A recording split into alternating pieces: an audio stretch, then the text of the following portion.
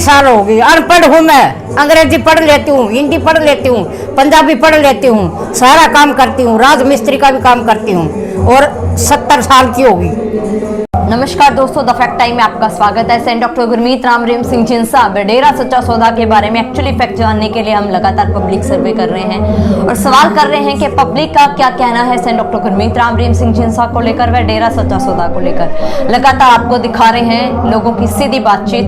इसी कड़ी में लेकर चलते हैं उन लोगों के पास जिनकी उम्र बीत गई है डेरा सच्चा सौदा को जानते हुए। सतगुरु तेरा ही आसरा। नमस्कार जी, नमस्कार। क्या नाम है आपका? मेरा नाम रोशनी इंसाफ। मैं पंजाब से हूँ, जरा लुधियाना सानेवाल पिंड है मेरा, और मेरे को यहाँ 26 साल हो गए आते हुए।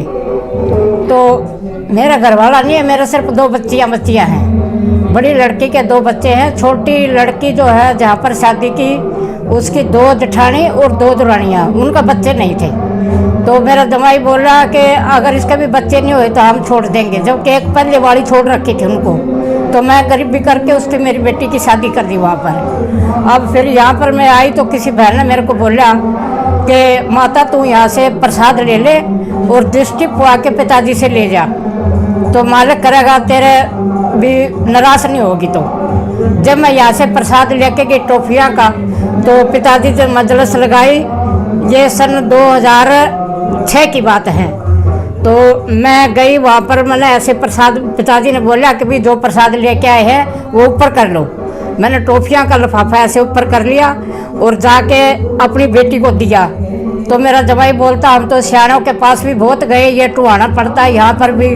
उसको पहले जो थी वो लड़की, उसको मड़ियों में भी शमशानों में भी नला के लाए रात को 12 बजे, तो बच्चा नहीं होया तो वो छोड़ दी।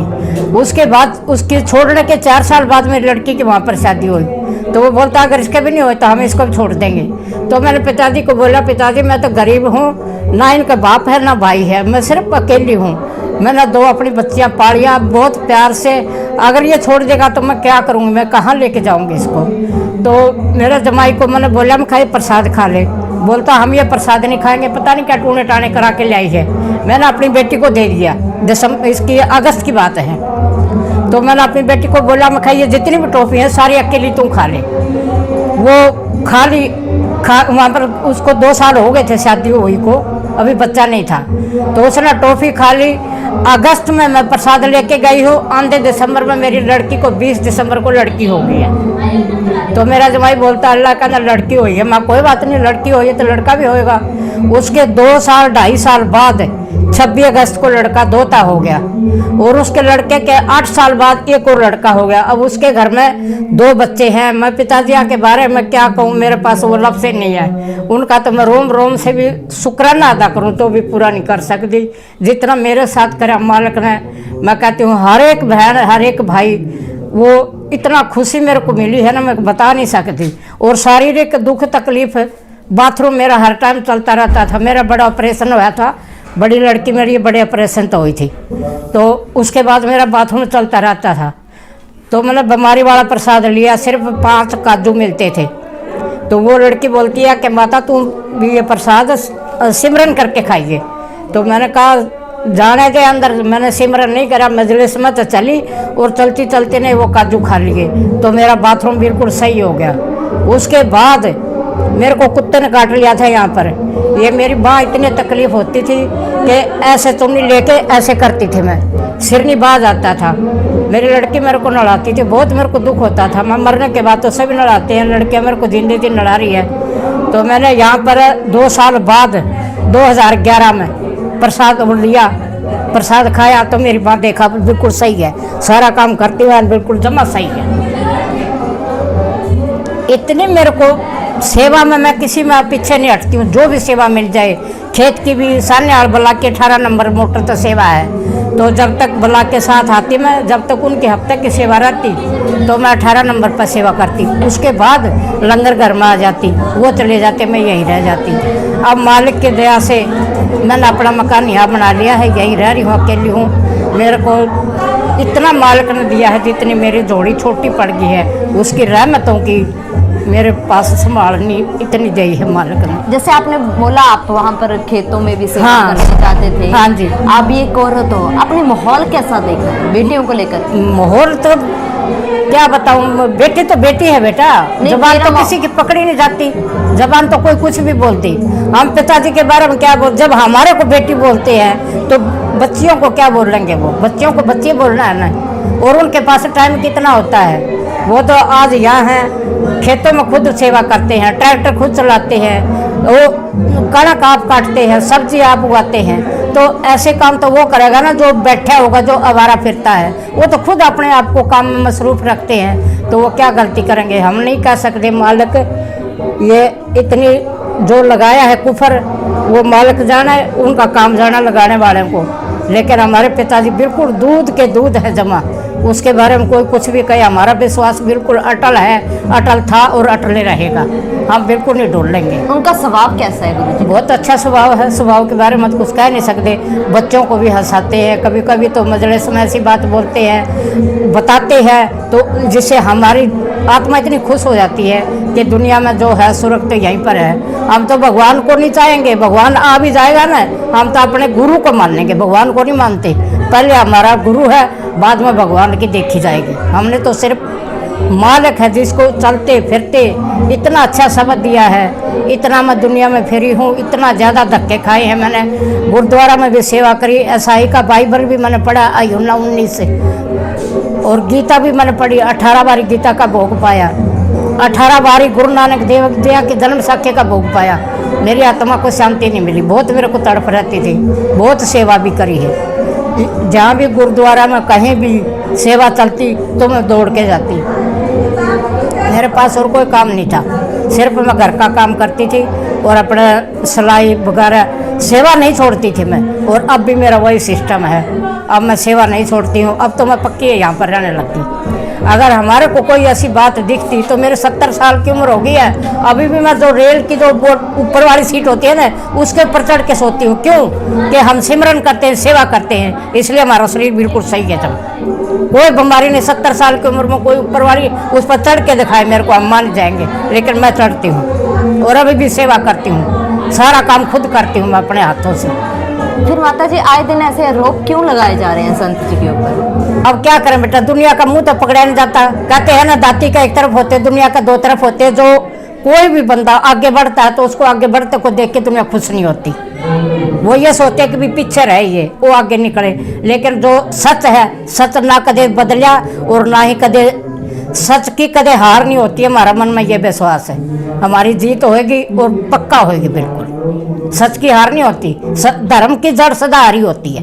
लेकिन मीडिया में भी, टीवी में भी दिखाया गया था बहुत कुछ भी दिखा दे हो तो अब मैं या कुछ भी बोल दूं तो कोई मेरी कोई जुबान पकड़ेगा। जो सच है वो तो सच रहेगा ना। आपकी बेटियां भी जाती थी?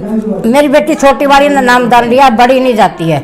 मेरे बड़े दोते ने नामदान लिया है और जो छोटे हैं दोते उन्होंने जाम भी पिया है। और जो छोटा है, सबसे छोटा 3 साल का, वो अभी 15 दिन रह के गया है। बहुत डेली मेरे नाम चर्चा में जा करता, और अभी भी वहाँ जा रहा है तो अभी भी नारा लगाता है।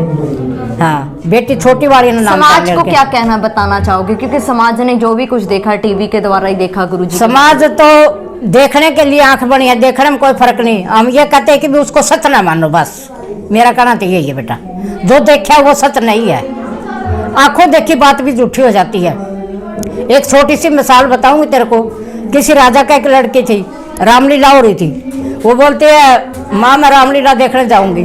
तो वो माँ बोली बेटा तू राजकुमारी है, तेरे को पिताजी देखेंगे तो तेरे को नाराज होंगे।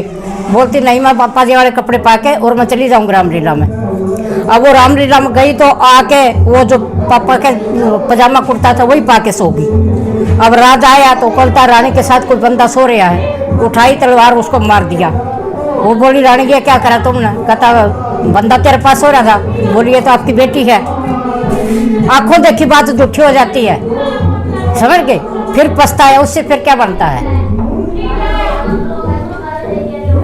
आप क्यों उनके ऊपर इतनी आस्था रखते हो? उन्होंने लोगों के लिए क्या काम किया? सबके लिए सब कुछ कराया बेटा उनको। जो एहसान भुला दे उसकी तो कोई बात ही नहीं है, और जो एहसान को याद रखे तो वो तो फिर बहुत आगे जा सकता है। समाज को दिया क्या है उन्होंने? समाज को बहुत कुछ दिया है। जिसका घर नहीं था उसको घर दिया है, जिसको औलाद नहीं थी उसको औलाद दिया है, और जो बिल्कुल गरीब था गरीब थे, जिसके पास साइकिल नहीं होता था, जो गड्डिया में घूम रहे हैं, क्यों घूम रहे हैं? कि उनको सच्चा राह दिखाया है और सच्ची मेहनत करनी दिखाई है। जब मेहनत करते हैं, मेहनत का फल अच्छा मिलता है तो उसे कुछ भी खरीद सकते हैं। मेरी औकात नहीं थी मकान बनाने की, तो मालिक के आगे मैंने हाथ जोड़े, मका दाता मेरे पे फिर जाता है, इतनी दूर जाती हूँ लुधियाना में ट्रेन में 2-3 बारी बैग भी उठ गया तो कोई बात नहीं, अब मैं बताओ क्या करूँ। मैंने हाथ जोड़े, मैं मेरे से कोई गलती ना करवाना, ये सच है, बिल्कुल हकीकत, झूठ नहीं बोल रही हूँ। मैं रोने लग गई वहाँ बैठ के पंडाल में। मैं कहा मेरे से अब जाया नहीं जाता ट्रेन में, मेरा कुछ ना कुछ हिला करो। तो मेरी बेटी बोलती है कोई प्लाट ले ले। मालिक ने देख खबर दी है, कहीं वो प्लाट ले ले और वहाँ अपना बना ले। तो उनके पास इतने ज़्यादा अमीर नहीं है, ठीक है, अपना लाई चलाई है, मीडियम साइज के हैं। तो मेरा जमाई जो पिताजी यहाँ के बिल्कुल खिलाफ था, वो खुद आके 80,000 रुपया यहाँ दे के गया मेरे को। मैंने प्लाट ले लिया, फिर उसके बनाने के लिए नहीं थे पैसे। फिर मैंने बोला मैं कभी मैं क्या करूँ, अब कैसे, हाथ जोड़े पैर जोड़े, सबसे बोला, बोलते माता तू कर कोशिश, हम भी करेंगे, ये बहन खड़ी है जिम्मेवार है। सब ने इतनी सेवा करी डांट के ना, मेरे को पता ही नहीं लग गया, मेरे को साल होया, लाइट भी आ गई, पानी भी आ गया, और इतना बढ़िया मकान, इतना बड़ा कमरा मिल गया मेरे को। मेरी औकात नहीं थी जो मालिक ने मेरे को दे दिया। तो मैं कैसे कहूँ कि गलत है संगत हमारी? सही है बिल्कुल, वो सही थी और सही रहेगी। क्या मांग करोगे सरकार से, गुरुजी के? सरकार से हम यही मांग करेंगे कि वो जो करेंगे अच्छा करेंगे, और हमारा विश्वास है कि हम जीतेंगे, कदे एक दिन जरूर हमारी जीत होगी, पक्का विश्वास है हमारे को। बहुत बहुत धन्यवाद हमारे साथ जुड़ने के लिए। दोस्तों, आज भी लोगों की आस्था सेंट डॉक्टर गुरमीत राम पक्की जमा अटल है, बिल्कुल पक्की जमा कि इंसान के ऊपर हाँ। पूरी है। ये भगवान है, हमारे तो भगवान है वो, हम भगवान को पीछे कर देंगे, पहले अपने बाप को मान लेंगे हम। भगवान मानते हैं आज हाँ। भी, ये उनकी मांग कर रहे हैं समाज के अंदर। ये वो लोग हैं जिन्होंने पूरी जिंदगी अपनी डेरा सच्चा सौदा में बताई। ये है वो फैक्ट जो अपने सूत्रों के हवाले से नहीं देखे होंगे। दोस्तों, खुले दिमाग से जरूर सोचिएगा और अपनी राय कमेंट बॉक्स में जरूर डालिएगा। देखते रहिए द फैक्ट आई, और सच का साथ देने के लिए, सच की सोच को, सच की मुहिम को आगे बढ़ाने के लिए इस चैनल को जरूर सब्सक्राइब करें। बहुत बहुत धन्यवाद।